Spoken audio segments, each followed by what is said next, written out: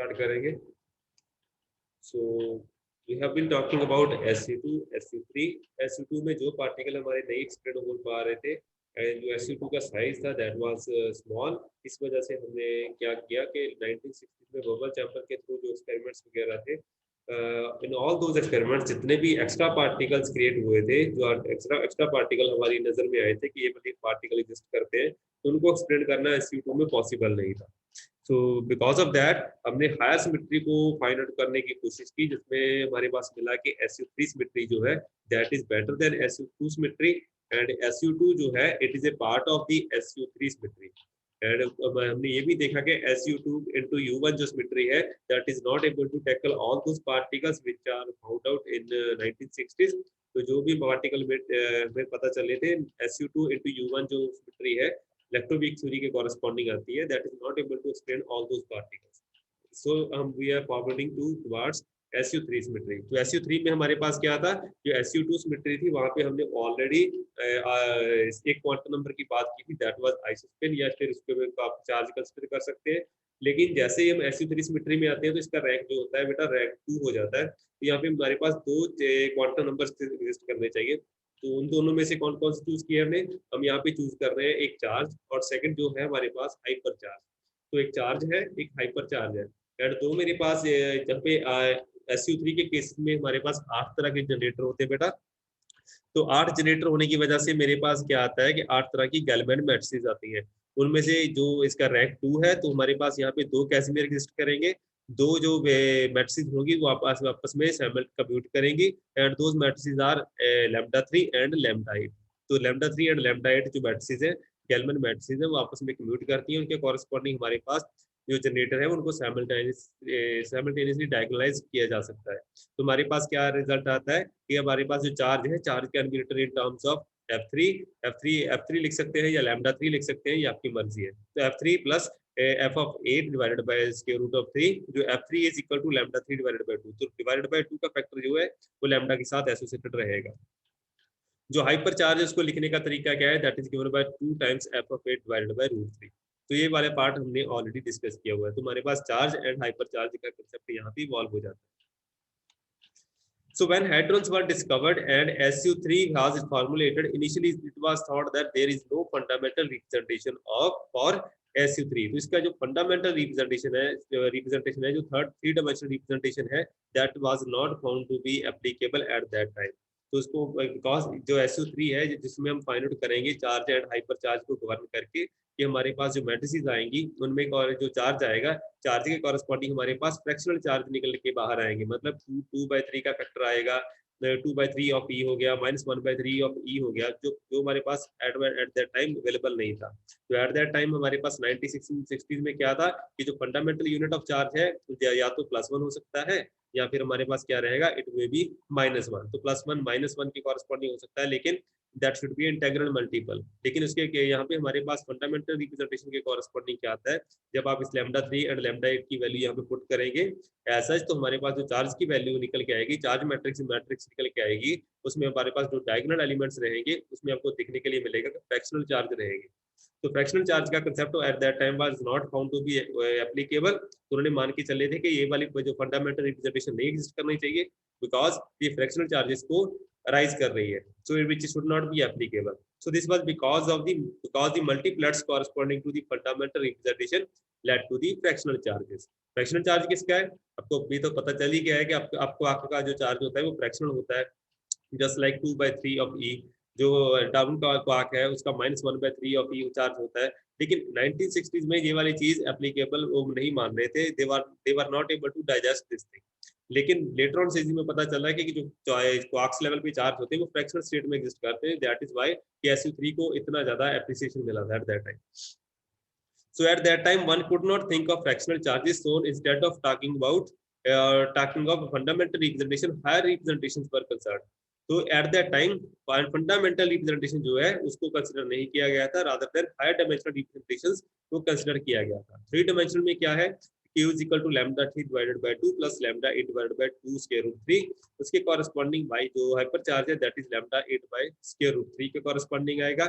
इसमें λ3 एंड λ8 की वैल्यू वगैरह पुट करके आप चेक कर सकते हैं। So let us find out the fundamental representation. Fundamental representation में देख सकते हैं कि बेसिस वेक्टर का क्या रहेंगे 3 डायमेंशन में। जैसे आप स्पाइनल रिप्रेजेंटेशन में देखते थे 1 एंड 0 एंड 0 एंड 1, 3 डायमेंशन में क्या रहेंगे बेटा, 3 रोज रहेंगे एंड 3 कॉलम रहेंगे। It will may be A 3x3 matrix you can say. तो यहाँ पे बेसिस वेक्टर क्या रहेंगे 1 0 0 0 1 0 एंड 0 0 1 यहाँ पे रहेंगे। To find out fundamental representation, we start with lambda 3 and lambda 8 because हमारे पास ये दोनों को हम simultaneously diagonalize कर सकते हैं, इसलिए हमारे पास इसका काम चल जाएगा। And let us express charge and hypercharge in terms of lambda 3 and lambda 8। जो हमने अभी ये वाला फॉर्मुलेशन लिख के रखा है Q equal to lambda 3 divided by 2 plus lambda 8 divided by 2 square root of 3। इसमें हम lambda 3 और lambda 8 की वैल्यू वगैरह पुट करके देखते हैं कि हमारे पास क्या निकल के आएगा। तो इसमें अगर वैल्यूज वगैरह पुट करोगे तो अल्टीमेटली आपके पास क्या आएगा, जैसे मैंने आपको बताया था, आपके पास जो हाइपर चार्ज की वैल्यू आएगी that will be given by, जो यहाँ पे लिख रखा है, दैट विल बी 2/3 0 0 0 0 0 एंड 0 - 1/3 0 0 0 - 1/3 के कॉरेस्पॉन्डिंग आपके पास रिजल्ट आ जाएगा। या फिर आप देख सकते हैं बेटा हाइपर चार्ज की वैल्यू है, हाइपर चार्ज आपके पास रहेगा that will be given by 1/3 1/3 - 2/3 along the diagonal. तो जो आपके पास डायगोनल वैल्यूज रहेंगी वो आपका चार्ज की वैल्यू देंगी या हाइपर चार्ज की वैल्यू वगैरह आपको दे देंगे।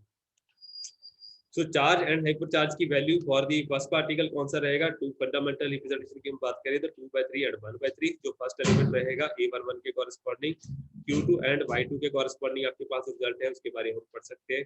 या फिर आपके पास charge and hyper charge for the third particle के बारे में भी हम यहाँ पे बात कर सकते हैं। ये वाला पार्ट आप यहाँ पे इलेबोरेट कर सकते हैं। So therefore fundamental representation of SU3 leads to fractional charges, so it was discarded। तो SU3 में हमारे पास क्या था बेटा, SU3 में हमारे पास जो फ्रैक्शनल चार्जेस की बात हो रही थी एट दैट टाइम डिस्कार्ड कर दिया गया था बिकॉज 1960 में ऐसी चीज पॉसिबल नहीं समझ रहे थे लोग।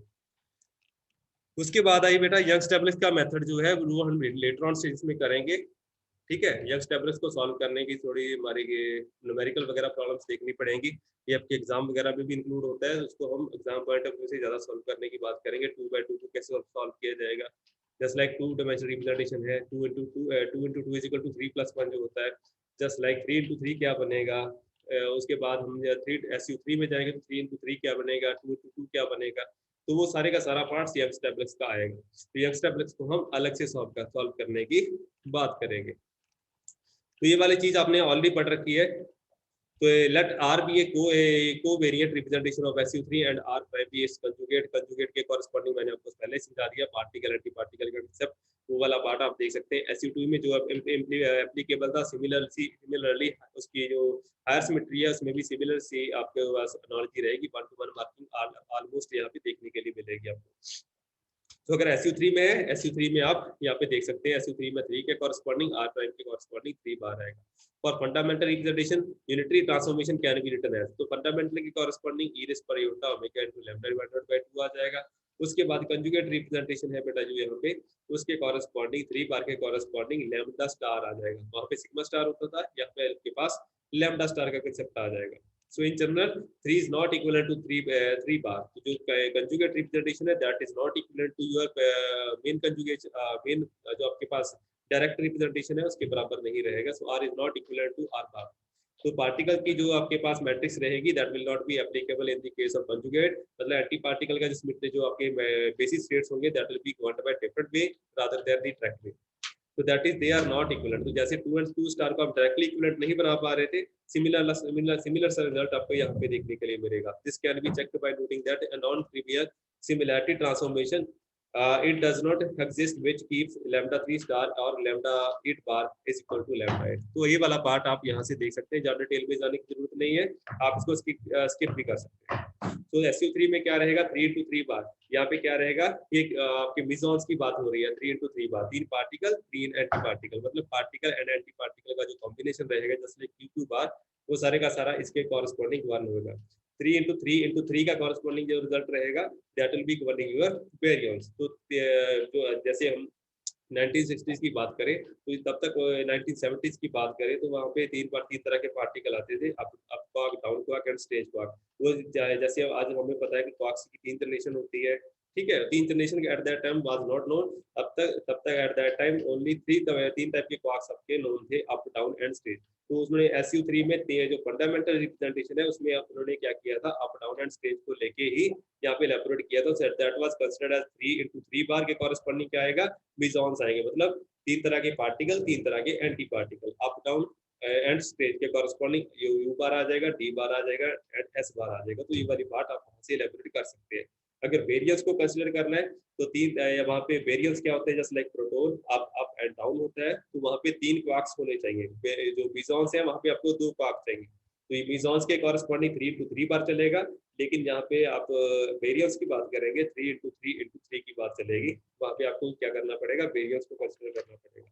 तो वहाँ पे कैसे आएगा, अप डाउन एंड स्टेज में तीनों के कॉम्बिनेशन अलग अलग बनेंगे। इसको हम लेटर ऑन स्टेज में फाइंड आउट भी करेंगे कि प्रोटॉन का चार्ज कैसे निकाला जाता है, उसकी जो डायपोल मूवमेंट है वो कैसे निकाली जाएगी, वो सारे का सारा पार्ट आप यहाँ पे देखने के लिए मिलेगा। अदरवाइज ज्यादा डिटेल में जाने की जरूरत नहीं है। यहाँ पे मैंने लिख रखा है 3 × 3 बार जो है, जो मेसॉन्स के केसेस आएंगे वहाँ पे क्या आएगा 8+1 यहाँ पे आपको देखने के लिए मिलेगा। तो यहाँ पे ये सेल्फ कंजुगेट रिप्रेजेंटेशन आ जाती है। तो ज्यादा डिटेल में नहीं जाएंगे, उसके बाद हम इसको सॉल्व करने की बात करेंगे। तो यहाँ पे क्या है, ये वाला पार्ट मैं ऑलरेडी आपको बता चुका हूँ। अगर 3 × 3 जो है, 3 × 3 के कॉरेस्पॉन्डिंग उसके कॉरेस्पॉन्डिंग 6+3 बार आ जाएगा। ये वाला पार्ट भी हम लेटर ऑन में कवर अप करेंगे। 3 × 3 बार आएगा तो 8+1 है, 3 × 3 है तो 3 बार +6 आएगा। तो 6+3 भी 9 होता है, तो 8+1 भी 9 होता है बेटा। तो 9 कंपोनेंट्स को आप symmetric and anti symmetric components के कॉरेस्पॉन्डिंग यहाँ पे लिख सकते हैं। तो ये वाला n × n - 1/2 n × n+1/2 वाला रूल आप यहाँ पे देख सकते हैं। तो it was found that no particle corresponding to 3 dimension और 6 dimension representation, therefore one needs to go to higher 3 dimensional representation. तो जो उनके पास पार्टिकल्स अवेलेबल थे, जो उनके पास सिमेट्रीज वगैरह अवेलेबल थी, उनके कॉरेस्पॉन्डिंग उनका एडजस्टमेंट नहीं हो रहा था। तो जो फंडामेंटल रिप्रेजेंटेशन है एंड जो 6 डायमेंशनल रिप्रेजेंटेशन है, उसके कॉरेस्पॉन्डिंग उनके पार्टिकल के सेट्स जो है, जो सिमेट्री है वो बन नहीं पा रही थी। इसलिए उन्होंने क्या किया, उन्होंने हाई सिमेट्री के जाने की बात की। तो that was corresponding to octet और डेकुप्लेट, जिसमें आपके पास 8 पार्टिकल्स होते हैं या फिर आपके पास 10 पार्टिकल होते हैं, वो सारे के सारे ऑक्टेट और decuplet for the case of mesons और वेरिएंस की बात वहां पे की गई, which is corresponding to higher symmetry of SU3। तो दोबारा रिपीट कर रहा हूँ बेटा, SU3 के कॉरेस्पॉन्डिंग आपके पास क्या है, आपके पास जो फंडामेंटल रिप्रेजेंटेशन है that is given bye 3D, वो वाली एप्लीकेबल नहीं रहेगी यहाँ पे, बिकॉज जो सबके पास पार्टिकल है वो सिमेट्री को कॉरेस्पॉन्ड नहीं कर रहे, ना ही 6 डायमेंशनल सिमेट्री को कॉरेस्पॉन्ड कर रहे।